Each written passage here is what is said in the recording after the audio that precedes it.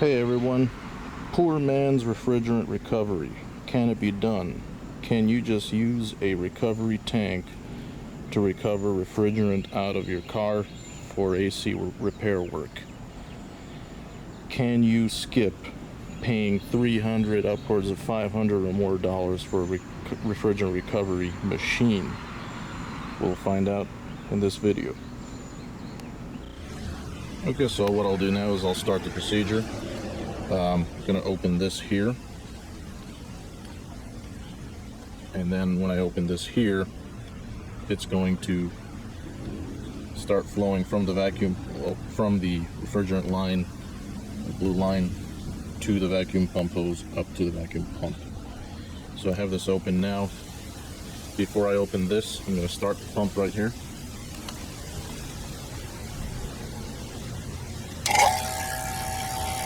It's running. And I'm going to turn the valve. You can hear the vacuum pump changing tone, and now you should be able to see that it's going down at the negative range here. So I'll leave this going for about 20 minutes. And remember that the procedure is specific. Once you're done pulling a vacuum, first close this before you even turn the vacuum pump off. That way you don't do anything with air coming in there. Alright, it's been running for about 20 minutes. The gauge shows -30, although those are not microns, those are the inches of mercury.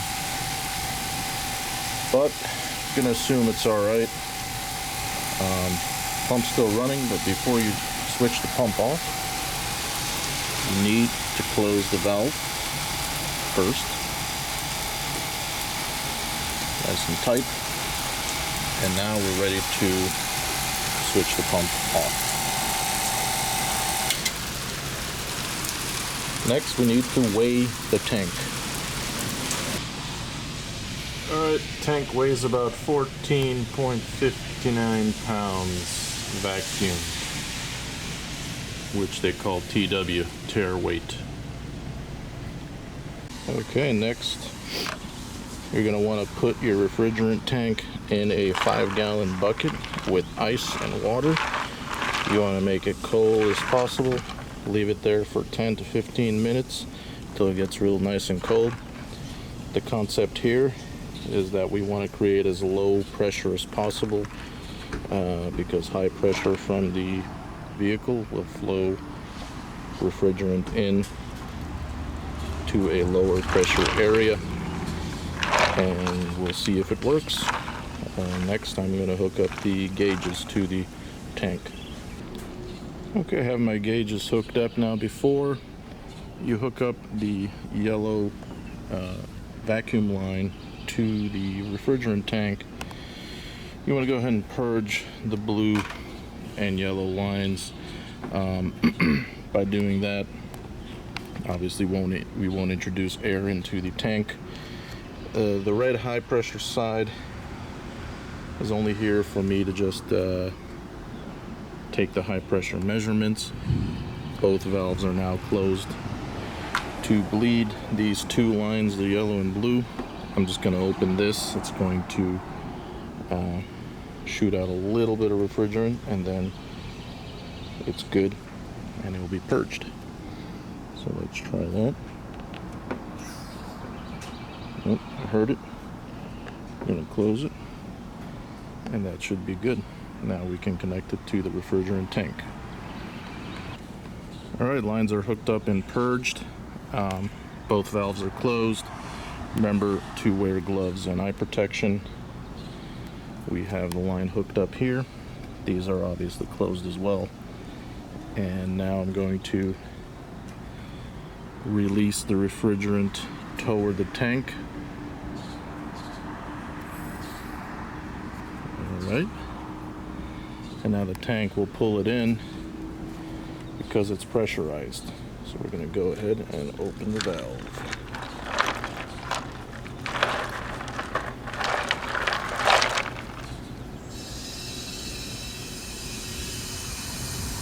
I hear it going in. I didn't open it all the way, but gradually we should see a pressure decrease, and yes, the low side is decreasing.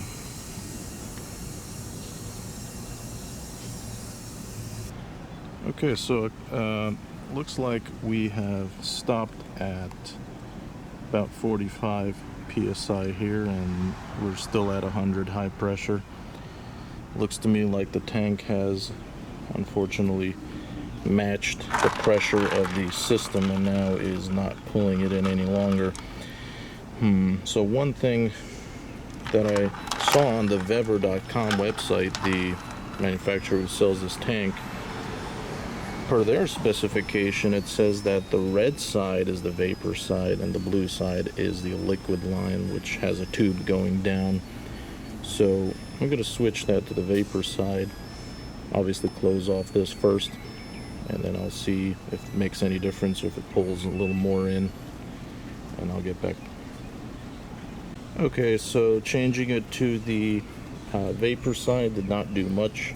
It's not pulling in, so I put it back on the liquid line, and now I'm going to open the high side, see if we can maybe pull it in as a liquid from the high side. Let's see if we can get more refrigerant out and into the tank. Alright, so it looks like that didn't do much either, and I think we're gonna stop at about 50 pounds of pressure. Was at 100, and I guess 50 pounds were put into the tank. Now it's time to weigh the tank and see how much we actually recovered. The system spec here on the car is about 33 ounces, so I'm expecting to hopefully maybe recover half of that. Okay, so we started at 14.6 empty tank, vacuumed, and now we have 15.65 pounds. So let me do some calculations and we'll see how much that is in ounces. Well, so those are the calculations. We managed to pull out about 1 pound of refrigerant out of the car, and that's about 16 ounces, so that's kind of what I thought. Half of the refrigerant we were able to pull out. I'm assuming the car had around 30 plus ounces. So this kind of concludes the experiment. Yes, you can recover some, but you can't recover all of the refrigerant because of the pressures. Not enough pressure difference. Now some said use dry ice, but I don't know what that will do. I don't know where to get it from.